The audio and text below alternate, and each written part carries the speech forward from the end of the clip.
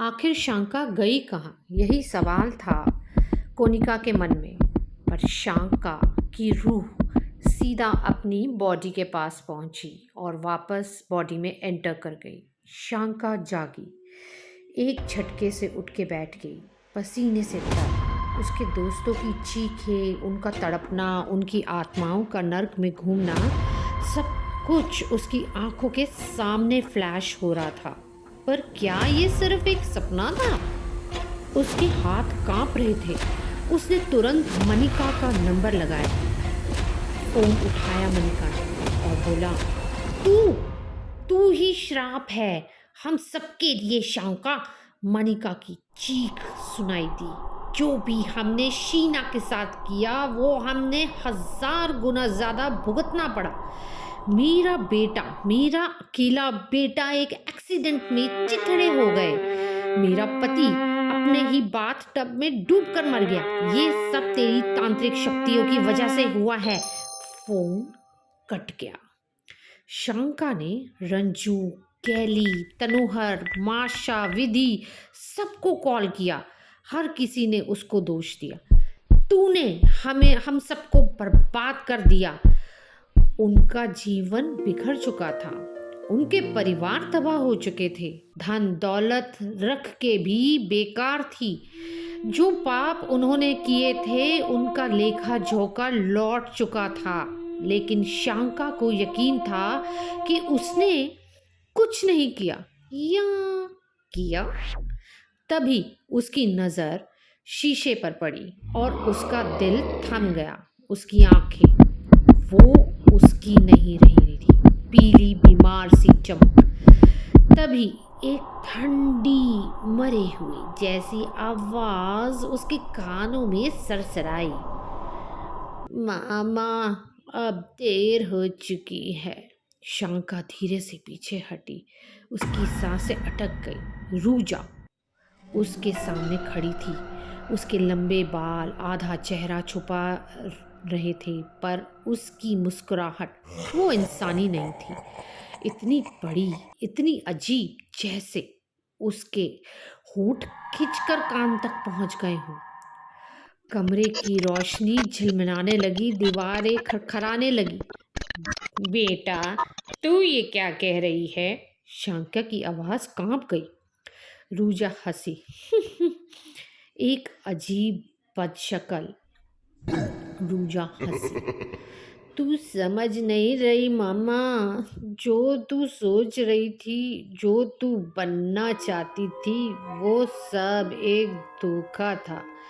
तू सिर्फ एक मोहरा थी। नहीं, ये झूठ है, शंका चिल्लाई। पर अब देर हो चुकी थी। रूजा आगे बढ़ी। उसकी आंखें बिल्कुल काली हो चुकी थी।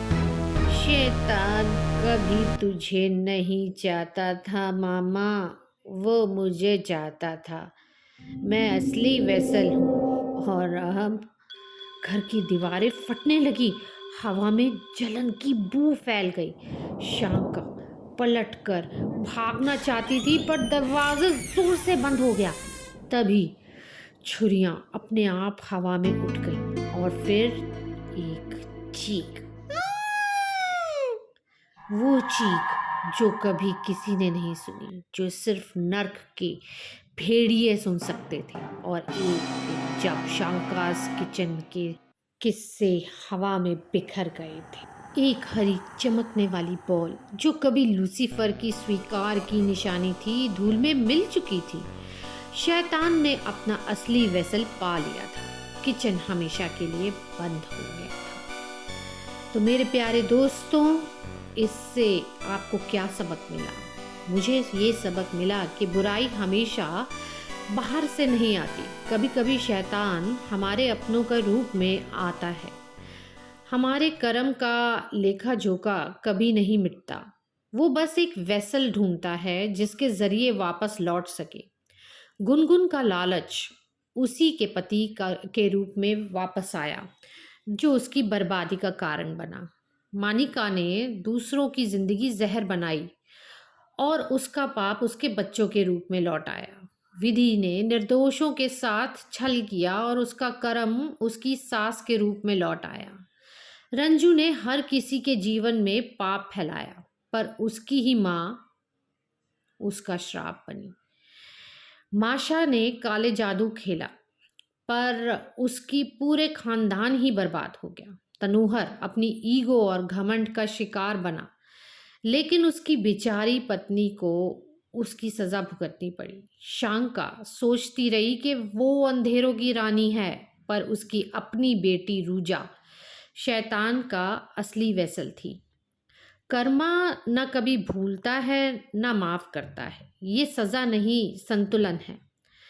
तुम जितनी दूर भाग लो, लेकिन एक दिन तुम्हारे अपने ही खून से तुम्हें इसका भुगतान करना पड़ेगा। बीज जो आप बोएंगे, फसल भी वही कटेगी, और मौत का कट्टर कभी गलती नहीं करता। तो भाई मेरे दोस्तों, do not do unto others what you do not want others to unto. दोस्तों, ये आखिरी कहानी थी आज। मैंने हॉरर स्टोरीज फिनिश की हैं। सोच रही हूँ अगले हफ्ते आपके लिए फिर से कुछ डिफरेंट लाऊं। कॉमेडी ट्राई करके देखूंगी, वादा नहीं करती आपको हंसा पाऊँ और उसमें भी ज़रूर मॉरल होगा। तो फिर मिलेंगे मंडे को।